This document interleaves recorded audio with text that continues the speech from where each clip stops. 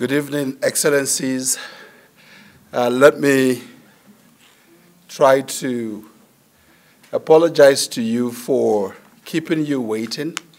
But as diplomats, as ambassadors, you know that state business, when you're dealing with the head of state, you don't own your time.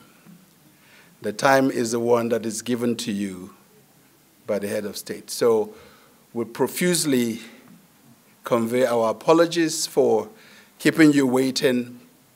But because you understand the deal, we're so glad that you remained at least to be able to experience this evening with us. Professor Njuguna Ndungu, Cabinet Secretary for National Treasury and Economic Planning, the AFDB Governor for Kenya, and the Chairperson of the Boards of Governors of the African Development Bank Group. Dr. Akinwumi Adesina, President of the African Development Bank Group and host of this event. Dr. Kori Singoe, Principal Secretary, State Department of Foreign Affairs, representing His Excellency Musaila Mudavadi, Prime Cabinet Secretary and Cabinet Secretary for Foreign Affairs and Diaspora Affairs for Kenya. His Excellency, Mr. Bayane Rusam, the Ambassador of the State of Eritrea and the Dean of the Diplomatic Corps. Dr. Chris Kiptu, Principal Secretary, the National Treasury and AFDB Alternate Governor for Kenya. Mr. James Mohati, Principal Secretary, the State Department for Economic Planning and host country lead coordinator for the annual meetings. Your Excellencies, heads of diplomatic missions of member countries of the bank group, representatives of international organizations and international financial institutions. Mr. Jonathan Zaikorera, Chairperson of the Board of the Bank Group Board Committee of the annual meetings and the Executive Director for Kenya. Colleagues from the African Development Bank Group, distinguished guests, ladies and gentlemen. My name is Vincent Mehele, Secretary General of the African Development Bank Group. Allow me to welcome you on behalf of the President of the Bank Group, Dr. Akinwumi Adesina, to this auspicious occasion, a curtain raiser for the 59th annual meetings of the African Development Bank and the 50th annual meeting of the African Development Fund of the Board of Governors of the Bank Group, which are scheduled for 27th to the 31st of May 2024 in this beautiful city of Nairobi, also fondly called the Green City in the Sun.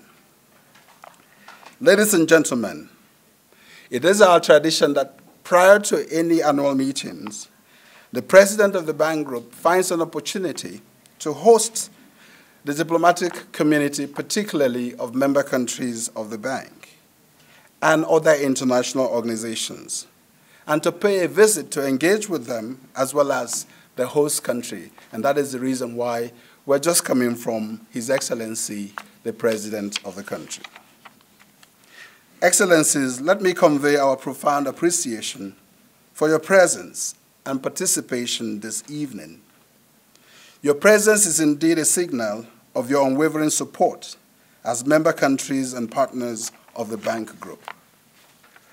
Allow me to pay special tribute to our host country, the government of Kenya, represented here by various top government officials, led by the Cabinet Secretary, Professor Njuguna Ndungu, Cabinet Secretary for Treasury, and Governor for Kenya of the AFDB, as well as the Chairperson of the Boards of Governors, who has worked so tirelessly, interfacing with me and my colleagues to be able to deliver a very wonderful annual meetings for the bank.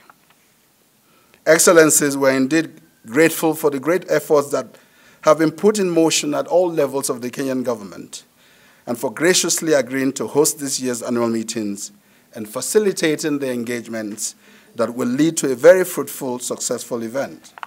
We thank you for your presence here this evening and your valuable continued support. without much ado, because time is gone, let me take you to the brief program that we will have this evening. We will kick off with a statement by the president of the bank group, followed by remarks by the dean of the diplomatic corps. And then finally, we will have the cabinet secretary speak on behalf of the government as the last speaker. And then, of course, we'll kick off the rest from there. Hopefully, there may be one or two interactions from the diplomatic community. Without further ado, ladies and gentlemen, excellencies, allow me to invite to the podium the president of the African Development Bank Group, Dr. Akiwumi A. Adesina, the AAA president of the African Development Bank. I think he was working for one of the global credit rating agencies, so I know that they rate financial institutions, but I now have a secretary general that's able to rate people. So thank you. First and foremost, Your Excellencies, let me start with a word of apology to you, because as the Secretary General has said, we were held up in meetings with His Excellency President Ruto, and he's a great friend of the bank, he's a great supporter of the bank, and we had very, very extensive discussions with him on many of the issues that had to be taken on board for the summit. So apologies for keeping you waiting. In fact, he was mindful of that. Unfortunately, they also had a team from South Sudan, so a lot of things going on. So the whole agenda was really very, very hectic for him. So please kindly accept our apologies for that. Your Excellency, Bien Russom, Ambassador of the State of Eritrea and Dean of the Diplomatic Corps, Your Excellency, it's good to see you. Your Excellencies, ambassadors and heads of diplomatic missions that are here, the Secretary, Cabinet Secretary for Treasury, Professor Njuguna Ndungu, and Chairman of the Board of Governors of the African Development Bank Group, heads of diplomatic missions and senior officials of government that are here, representatives of other partner organizations, distinguished ladies and gentlemen, good evening. I wish to thank you for honoring our invitation to this occasion tonight in honor of you, the diplomatic missions, who are from member countries of the African Development Bank Group. This time offers me always an opportunity, as we have annual meetings in various countries, to be able to meet always with the ambassadors and heads of missions of those countries to share ideas about the work of the bank, your bank. It's not just the African Development Bank, it is your bank. And most importantly, it's always an occasion to brief you for today on the 59th annual meeting of the African Development Bank Group, which we held in Nairobi, Kenya, from 27 to 31st May of 2024. And I know our chairman of our Board of Governors, Professor Njuguna, has been working incredibly hard. And with the permanent secretary, cabinet, in the office of the cabinet secretary, working incredibly hard. And I just want to say thank you on behalf of everybody for all your work. On top of all you have to do, you have to also do this. So thank you very much for doing that. Before I proceed, I would like to offer to you, Cabinet Secretary, and to all of you that are from Kenya, our deepest condolences on the devastating floods that you've experienced here in Kenya. And unfortunately, it led to quite a lot of lives that were lost. And may the lives of those that passed away rest in peace. And may God grant comfort and solace to the families of those that are bereaved, and also grant a nation like Kenya the strength to continue and the fortitude to continue as it rebuilds. What Kenya is experiencing, however, is just another evidence of the need for the world to do more to support developing countries, especially those in Africa, that are highly vulnerable to climate change, from these climate-induced disasters from extreme weather patterns. Financing Africa during global challenges, including climate, geopolitical tensions, disruptions of supply chains, rising global inflation from food and energy prices, the burden of debt, and rapidly shrinking fiscal space for countries is critical and urgent, as the world is completely off course in meeting the Sustainable Development Goals. And as you've heard the UN Secretary General says, we're completely off course in doing that. And there's nowhere we are more off course than, of course, in Africa. Africa, we need $1.3 trillion annually to be able to achieve the SDGs, and globally, we used to think it would take $2.5 trillion every year to do that. But now that number has gone up to $4 trillion per year. And so, as a result of that, the resources require a change of business models that we, as multilateral financial institutions, need to be bolder, we need to be bigger, but we have to also work better and more efficiently together. Let me talk to you about the African Development Bank. We were set up in 1964. I was just 4 years old at that time. And the goal was very simple, to accelerate the social economic development of Africa. Very bold agenda by the African countries that set it up. And of course, we were joined later by several non-regional member countries. Today, the African Development Bank has grown. We now have 81 member countries, and you are here from our shareholder member countries. 54 countries from Africa and 27 countries, non-regional countries from outside of Africa. Together we form nucleus, an arm. You know, I always say that the problems of Africa, or in fact any development challenge, requires partnership more than anything else. No single institution can do it alone. No single country can do it alone. I always say you need a baobab approach. And if you go to an African village, you find baobab trees. And you try to put your hand around a baobab tree, you can't. It's so big. But if everybody puts their hands around a baobab tree, it works.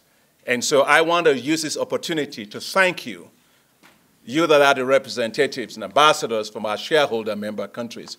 Thank you for putting your hands together with ours around this continent that we all love. I want to thank you, and thank you very, very much. And in particular, I want to thank you because of the support that you give to the African Development Bank. In 2019, you, the shareholders of the bank, got together and gave this bank the largest capital increase in its history. You moved the capital of the bank from $93 billion to $208 billion, 150% capital increase. It was a record for us. I also want to thank you, the shareholders, or in fact the donor countries, to the African Development Fund, which is the concessional fund of the African Development Bank. It's a very, very crucial fund.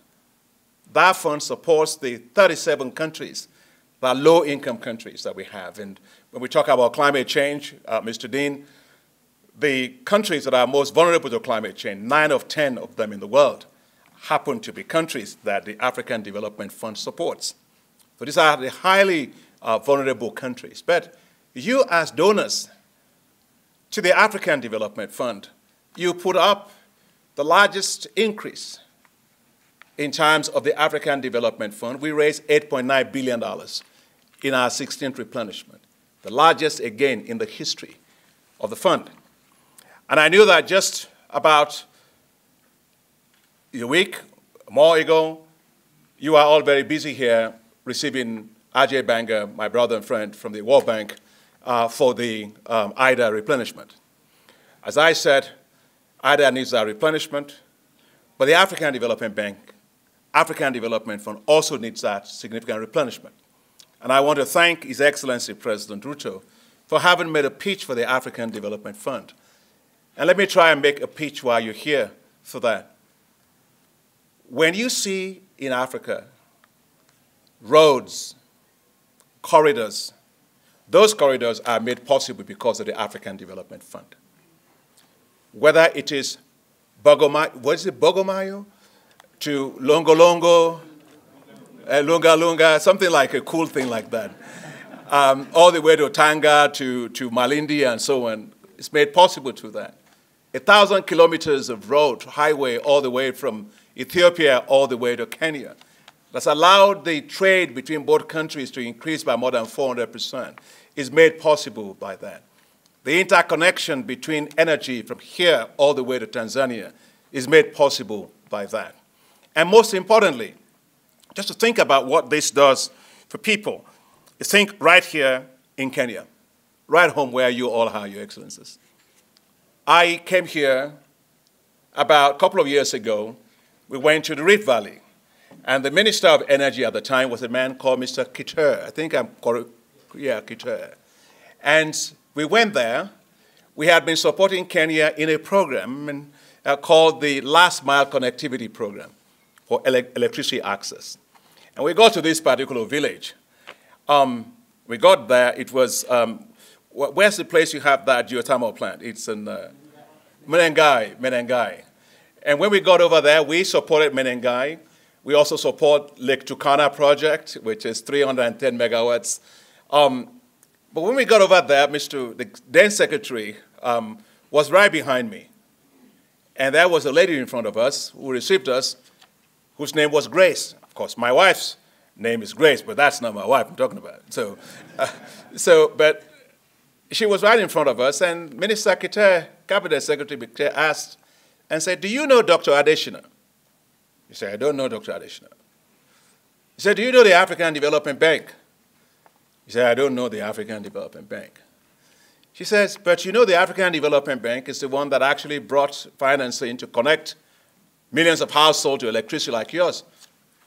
She says, and I can never forget this, she says, "I don't know Dr. Adeshina. I don't know the African Development Bank. All I know was that we once were in darkness and now we have light." And that's the power of a catalyst, working together. We didn't work alone. We worked with several of you, various embassies here and partners bilaterally to that. And I'm so proud. I was just talking to President Ruto. And he said to me, "You know, your investment as a bank, you don't talk about yourself a lot," he said, right? He said, in fact, it used to be in 2013 that roughly 2.5 million households were connected to electricity. He said, now more than 10 million households are connected to electricity, thanks to the African Development Bank. I said, "Well, Mr. President, thanks for it, but we work with you and we work with others." So we can be proud of all of that work that we do. I also want to say to you that one of the things I'm most excited about also is our work on women. I always say that, Your Excellencies, that yes, we always say inclusive growth, inclusive development. Well, for me, women and youth, Africa will go faster and further if it's supporting its women. I've never seen any bird that flies with only one wing. Every bird flies with two wings. And we at the African Development are very passionate about supporting women businesses. And we have a program here, and the CEO of Africa Guarantee Trust Fund, if you can rise up and they will know where to, no, I need to rise so that they can see you.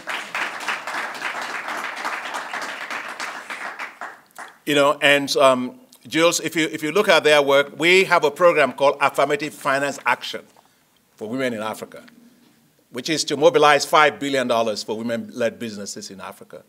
Today in Kenya, I understand we're working with more than 5,000 women, small and medium-sized enterprises. I ran into, at the State House, some of the leaders in government that are working with you on that. And the president was talking to me this evening about water. We're talking about, is it Takwa? Twake Dam. Yeah, the Twake Dam, and all these bulk water facilities that we have. And he was telling me that in Kenya, thanks to the work that we have done, has been, in fact, he repeated it. Excellent work, phenomenal work in providing access to water for population. He says 75% of Kenya is actually arid. Is it 75 or more than that? That therefore the access to water is important. And through our work in Nairobi alone, our work on bulk water supply has impacted 1.8 million people. More generally, at the African Development Bank, we have a strategy that we call high fives. And so please pardon me if that sounds like some kind of greeting. It is, but it's a powerful greeting, which is to light up and power Africa, to feed Africa, to industrialize Africa, to integrate Africa, and to improve the quality of life of the people of Africa. That's the high fives of the bank. Excellencies, it sounds pretty simple. but very compelling. Because I don't know if you have anybody here from UNDP, but the UNDP did an assessment of those high fives. You know what they found? If Africa achieved those high fives, it would have achieved 90% of the Sustainable Development Goals. It will also have achieved 90% of the Agenda 2063, the Africa that we want. So the high fives of the bank, your bank, are basically accelerators of Africa's development. And you will be pleased as shareholders to know that the bank's work on these high fives have impacted more than 400 million people just in the last 7 years alone. And when we had to do our new 10-year strategy, which we hear quite a lot about during their annual meetings, our board of directors said, well, you know, maybe you guys should go ask the countries again. You've done all this great work, but go ask them. Maybe there are other new things they want you guys to work on. Maybe it's high 10, maybe high 15, whatever it is. So we went and did a massive survey with all the 54 African countries. Your Excellencies, you know what they told us? Go back and continue to do the high fives because of the impact that it is having. As a bank, and as the president of the bank, I always say that we are called African Development Bank. We know how to run banks, bankers. The most important part of that is not the bank part. It's the development part. We have to constantly innovate and accelerate development for Africa, and that's what we do as a bank. So as we are actually coming together for this annual meetings of the bank, we decided that we needed a topic that will position Africa within the global development of financial systems. And so the title for the annual meetings is Africa's Transformation, African Development Bank, and the Reforms of the Global Financial Architecture. Of course, I will have an opportunity to give a speech during that time, so I don't want to give too many speeches tonight. But I need just to let you know that you can be proud of your bank. You can be very proud of your bank. 2 years ago, the African Development Bank, your bank, was ranked as the best multilateral financial institution in the world by Global Finance. A year after, the African Development Bank, your bank, was ranked as the most transparent financial institution in the world by Public Water Fund. And I was talking to you about the African Development Fund, which is the concessional window of the bank. There was an assessment done by the Washington-based Center for Global Development, GD. And what they found? They ranked the African Development Fund to be the second best in the world, ahead of all concessional financing institutions in the world, all 49, including all in OECD countries. What am I saying? Day and night, the trust that you give us, the mandate that you give us, we take that very, very seriously. We've built today, thanks to your support, a global institution that is respected for our innovation, for what we do. We're no longer just, let's say, African Development Bank. We are leaders when it comes to financial innovations globally. I'll give you 3 examples. Recently, just about last month, we launched a hybrid capital. That hybrid capital was $750 million. The first and the only multilateral financial institution in the world to launch a hybrid capital. The pricing was fantastic, 5.75%. The book value, fantastic. Book run value, we had more than 8 times over in terms of subscription. That just tells you the kind of innovations we do. We are the first and the only multilateral financial institution in the world that has done synthetic securitization, that takes the risk off our balance sheet, both sovereign operations and non-sovereign operations, and take those to the private sector. Institutional investors that are investing in Africa risk for the first time. And also, just recently, we're working together with the Inter-American Development Bank to do SDR, the special drawing rights. Of course, the special drawing rights of IMF are fantastic instruments. And I commend my dear sister, Kristalina Georgieva, and all of the IMF for having these special drawing rights. But as you know, Africa got only $33 billion cabinet secretary out of $650 billion of the ICRs that were issued.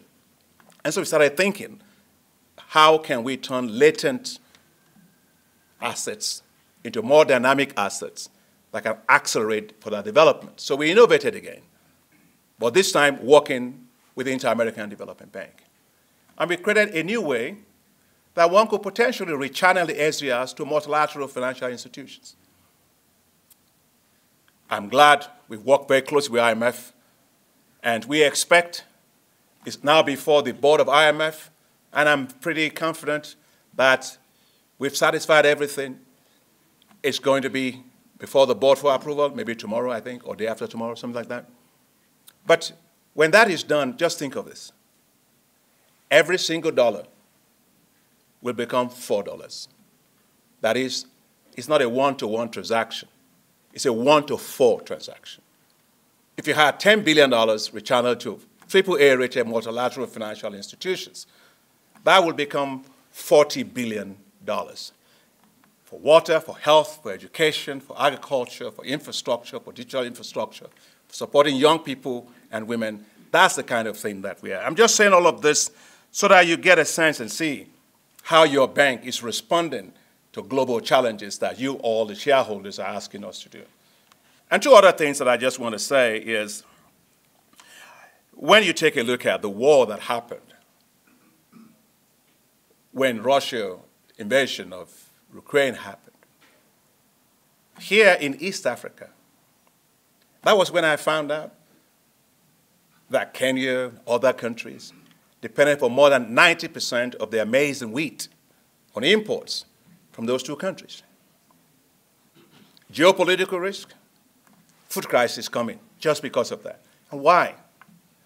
As a bank, we launched a $1.5 billion emergency food production facility to respond to that shock. And I remember, I don't know if the ambassador from the United States is here or anybody representing the US government.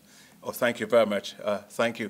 And I remember Senator Coons called for a meeting at the Foreign Affairs Committee and asked me to testify there. And I remember telling Senator Coons and Senator Graham, Lindsey Graham, that what we need is not a bowl in hand to beg for food.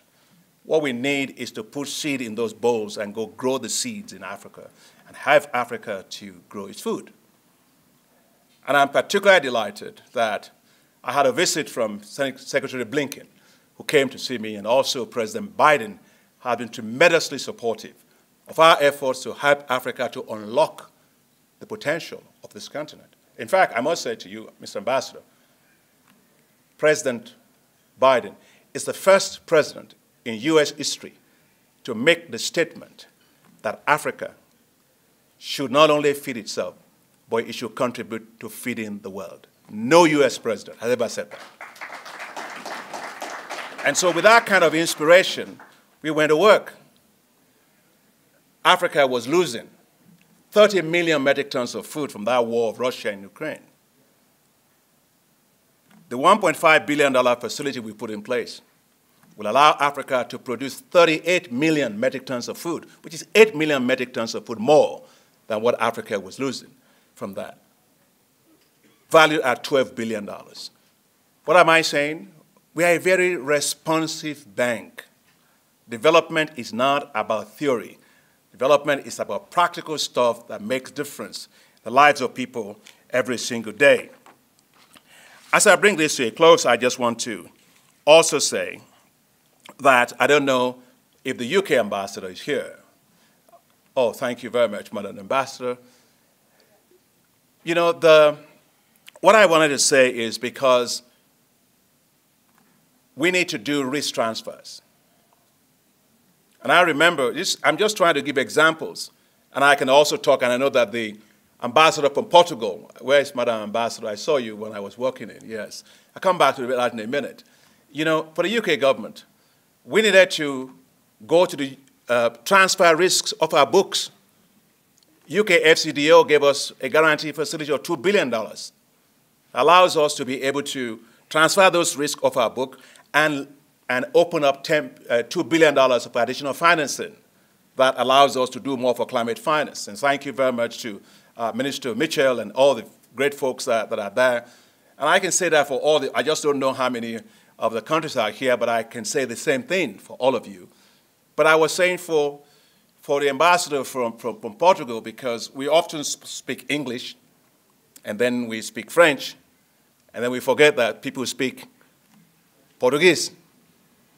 We have pile-up countries that are there, and I said to myself, look, those countries, they were not getting investment so much. So I went at the time to the Foreign Secretary of Portugal, and the Portuguese government gave us a facility called $400 million, euros actually, euros, to be able to de-risk lending by private sector investing in these countries that were not getting investments. And that is how, Madam Ambassador, we have today the Lusophone Compact, working in all these countries, mobilizing capital. I was just coming in from Brazil to see President Lula. And we got along very well. He actually liked my bow tie, by the way. He tried to fix it. And he asked me a question. He said, well, why do bankers wear this thing? I said, Mr. President, I just have to say, only the good bankers wear that. So he tried to help me fix it. But I was telling President Lula, I said, Mr. President, they tell me Lula is back. He said, yeah. I said, but in this issue of PALOP, in this issue of the Lusophone Compact, Portugal put up $400 million, euros. I said, Mr. President, if President Lula is back, that ought to be 800 million euros for Portugal. I mean, for Brazil to do, and it just tells you the kind of partnerships that we have. Just to close, I want to say that I'm enormously grateful for all the work that has been put together. We're going to have a great annual meeting, and I hope and look forward to all of you being there. There will be discussions on the financials of the bank. There will be discussions on the African economic outlook for 2023. The chief economist of the bank, Professor Rama, is there. We'll be talking also about the whole issue around the global financial architecture. I will be joined here by some of the presidents of the global multilateral development banks that have confirmed that they will join us here. There will be private sector, talking about how we can mobilize more private sector for development. There will be youth, young people. There will be civil society. In fact, just to let you know, we are a very transparent bank. I told the Secretary General, I said, I want people to know the quality of our mechanisms, recourse mechanisms in the bank. Because they work under the stream, people don't even know. We have tribunals, we have justices, everybody working. And I said, I want that to be. I was just meeting with the Chief Justice of Kenya. We're going to have a special session by those that are doing tribunals at the bank, those that are doing when we actually debar companies for sanctionable behavior. All these things go on behind the screen. But I said, no, I want everybody to hear from them, to see the kind of systems that we as an institution have put in place. And I don't think any other multilateral financial institution is doing what we are going to do. Get our own recourse mechanisms to talk to people and have them ask any questions that they want to have. That's what they call transparency. That's your bank. That's what we're doing. And so I just want to say, please do all you can to encourage your delegations to come. We will have an excellent time right here in Kenya. I've asked the Cabinet Secretary. He has assured me that there will be Nyama Choma. He has assured me there will be Sukuma Wiki. He has assured me there will be Mandaza, and that there will be chapati. And of course, we will have a great time with you. I want to thank you for all of what you all do for Kenya. I want to thank you for your support. I want to thank you for your patience. Thank you for your interest and for your support for the African Development Bank. We couldn't have been where we are today without you, the shareholders. And I always say that there are only three people, or three groups of people, that actually make us who we are today. Number one, our shareholders. You cannot irrigate if there's nothing inside of your bucket. And the shareholders put money in that bucket for us to be able to do what we do. The second is the countries where we actually pour the water for it to actually grow and provide all the growth. And the third is the people doing the work, which are my staff. I was interviewed by CNN just when I was in Riyadh for the World Economic Forum. They asked me a question, Mr. President, you're in your 9th year, you'll be leaving next year. Is there one project of all the great projects you've done that you'll be most excited about? One thing. Tell me one thing. I said, what I'll be most excited about, to remember, would be my staff. I have excellent staff at the bank. So thank you very much, and I pray and hope that we'll meet you here and have an excellent time. Merci beaucoup. Gracias mille.